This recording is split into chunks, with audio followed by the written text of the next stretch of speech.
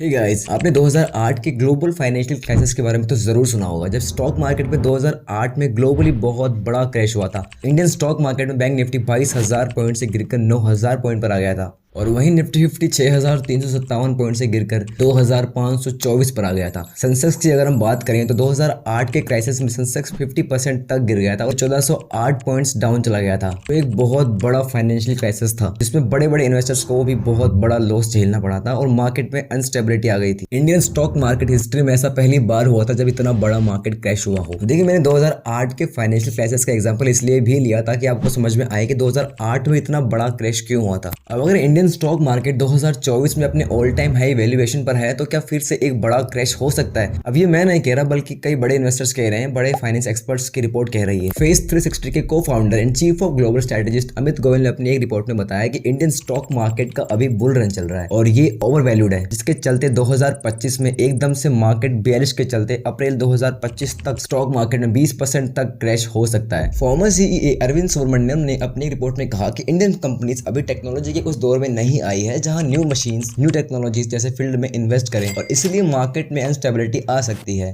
US economist dent ने भी 2025 के अप्रैल में स्टॉक मार्केट क्रैश के बारे में प्रेडिक्ट करते हुए बताया कि 2025 में 2008 से भी बड़ा क्रैश हो सकता है। अब इसका सबसे बड़ा रीजन है रिटेल इन्वेस्टर्स का बढ़ना, जिससे मार्केट में वोलेटिलिटी आ गई है और मार्केट अपने ऑल टाइम हाई वैल्यूएशन पर है। अब इन सभी एक्सपर्ट्स के प्रेडिक्शन को समझने के लिए 2008 के फाइनेंशियल क्राइसिस को समझते हैं और फिर जानेंगे कि 2008 और 2024 के मार्केट में क्या सिमिलरिटी है। अगर आपको ये इन्फॉर्मेशन यूजफुल लगती है तो सब्सक्राइब जरूर कर लें।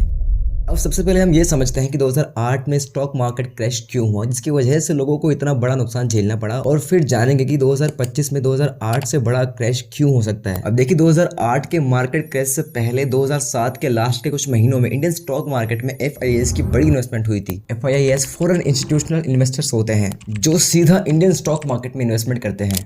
अब इससे होता यह है कि जब इंडियन स्टॉक मार्केट में ग्लोबली ट्रेड बढ़ती है तो मार्केट में लिक्विडिटी बढ़ जाती है, मार्केट ऊपर जाने लगता है। और 2008 के स्टार्टिंग मंथ में उस मार्केट में मिस करेक्शन की वजह से जो फॉरेन इन्वेस्टर्स थे जिनकी इंडियन स्टॉक मार्केट में ट्रेड होती थी वो सभी एकदम से बाहर निकल गए, जिसकी वजह से इंडियन स्टॉक मार्केट में लिक्विडिटी एकदम से कम हो गई और इंडियन रुपीस की वैल्यू डॉलर के अगेंस्ट 25% तक गिर गई, जिसकी वजह से इंडियन स्टॉक मार्केट में 2008 में एक बहुत बड़ा क्रैश हुआ। 2008 के उस टाइम पीरियड के हिसाब से इंडियन स्टॉक मार्केट अपने ऑल टाइम हाई वैल्यूएशन पर था, पर वहीं सेम 2024 में भी मार्केट अपने ऑल टाइम हाई वैल्यूएशन पर है, जिसकी सबसे बड़ी वजह है रिटेल इन्वेस्टर्स। इंडिया में रिटेल इन्वेस्टर्स की वोलेटिलिटी बढ़ गई है, जिसकी वजह से कंपनीज के स्टॉक के प्राइस तो बढ़ ही रहे हैं, उनकी वैल्यू कम हो रही है। अब कहने का मतलब यह है कि जो रिटेल इन्वेस्टर्स होते हैं वो बुल रन मार्केट को ट्रैक करते हैं और उस हिसाब से ही पैसा लगाते हैं अपना, जिसकी वजह से कंपनीज के स्टॉक की रूपी कॉस्ट तो बढ़ जाती है और जो स्टॉक होता है वो ओवर वैल्यूड हो जाता है। यही 2024 में हो रहा है, जिसकी वजह से स्टॉक प्राइस तो बढ़ रहे हैं पर वैल्यू कम हो रही है। हो सकता है कि इसकी वजह से भी कुछ क्रैश देखने को मिले, क्योंकि ज्यादा इन्वेस्टर्स बढ़ने से मार्केट में वोलेटिलिटी बढ़ जाती है, जिससे आर्टिफिशियल बबल बनते हैं, जिसकी वजह से मार्केट क्रैश हो सकता है। अब अगर 2024 में मैं एफआईआईएस की बात करूं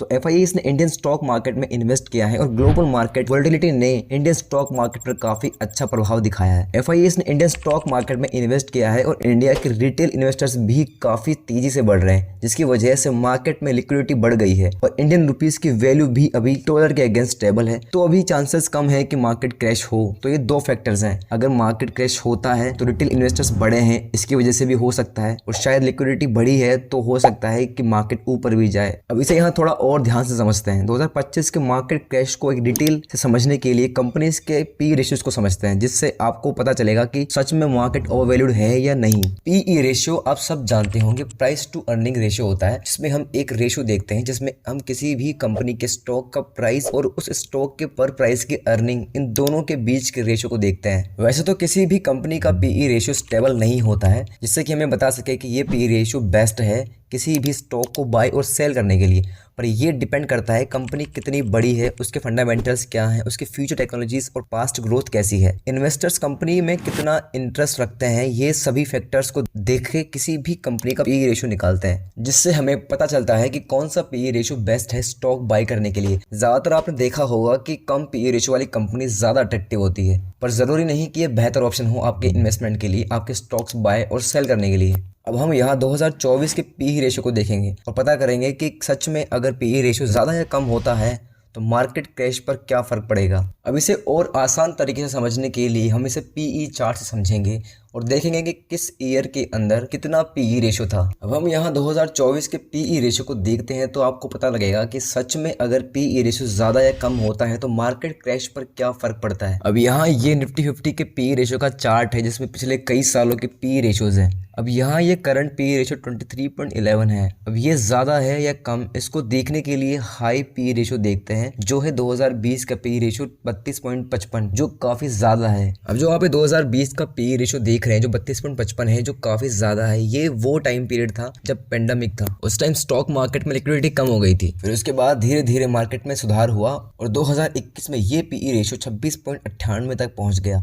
अब इस टाइम मार्केट में थोड़ी वोलेटिलिटी आ गई थी, लॉकडाउन भी खुल गया था और लोगों ने स्टॉक मार्केट में अपनी इन्वेस्टमेंट भी बढ़ा दी थी। ज़्यादातर रिटेल इन्वेस्टर्स जो बहुत तेजी से स्टॉक मार्केट की तरफ जा रहे थे, जैसे 2022 तक आते आते पी रेशियो 2022 में 20.64 रहा जो काफी ठीक था। अब अगर हम सबसे कम पी रेशियो की बात करें तो 2001 में 13.65 पी रेशियो था, 2023 में 15, 2008 में यही पी रेशियो 17.98 था जो उस टाइम 2008 मार्केट एनालिसिस के हिसाब से काफी सही था। तो 2024 के अगर हम पी रेशियो की बात करें तो जनवरी से सितंबर तक धीरे धीरे पी रेशियो बढ़ा है। अब इसका रीजन ये भी है स्टॉक ओवरवैल्यूड हो गया है, पर देखिए इतना ज़्यादा नहीं है।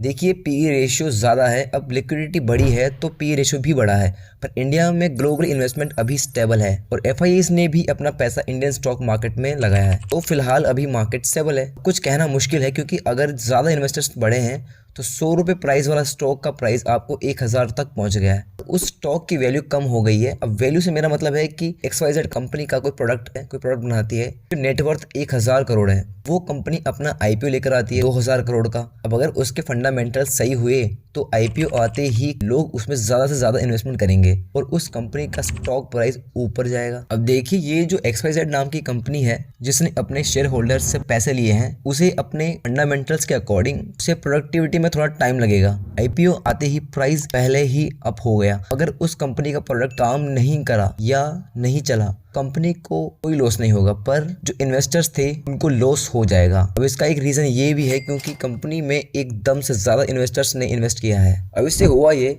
कि जब कंपनी अपना आईपीओ लेकर आई थी तो उसका स्टॉक प्राइस मान लेते हैं 100 था, वो ओवरवैल्यूड हो गया, मतलब इन्वेस्टमेंट ज़्यादा होने से वो एकदम से ऊपर चला गया। पर इस ओवरवैल्यूएशन की वजह से मार्केट में बबल्स बनते हैं और इन्हीं बबल के चलते मार्केट क्रैश होता है और यही हुआ 2008 में। आई होप आपको आइडिया लग गया होगा कि 2025 में स्टॉक मार्केट क्रैश हो सकता है या नहीं। अब देखिए वैसे तो मार्केट की फ्यूचर प्रेडिक्शन करना बिल्कुल भी सही नहीं होगा, मार्केट क्रैश होगा या नहीं, पर एक चीज फिक्स है कि अगर यही ओवरवैल्यूएशन वाली पोजीशन कंटिन्यू रही तो पॉसिबल है कि आर्टिफिशियल बबल बनने की वजह से स्टॉक मार्केट क्रैश हो, पर कुछ कहना मुश्किल है। बाकी अभी इंडिया की जीडीपी ग्रोथ रेट वर्ल्ड में ऑल टाइम हाई पर है, जिससे ग्लोबली कंपनीज की इन्वेस्टमेंट इंडिया में पहले से काफी ज्यादा हो गई है। अब इंडिया की ग्रोथ काफी अच्छी हो रही है और एफआईआईज़ ट्रेड भी पहले से काफी अच्छा हो गया है, मार्केट में स्टेबिलिटी आ गई है, मार्केट पहले से स्टेबल हो गया है, तो चांसेस कम है कि क्रैश हो। बाकी प्रोडक्टिविटी पहले से ज्यादा हो गई है, कंपनीज की इकोनॉमी बूस्ट होगी। बाकी अगर आप ट्रेडिंग या इन्वेस्टमेंट कुछ भी करना चाहते हो तो सेल्फ एनालिसिस करके अच्छे से स्टॉक के फंडामेंटल्स को समझ के ही इन्वेस्टमेंट करें, ताकि कभी फ्यूचर में क्राइसिस के चलते आपको नुकसान ना झेलना पड़े। और रही बात पीई रेशियो की,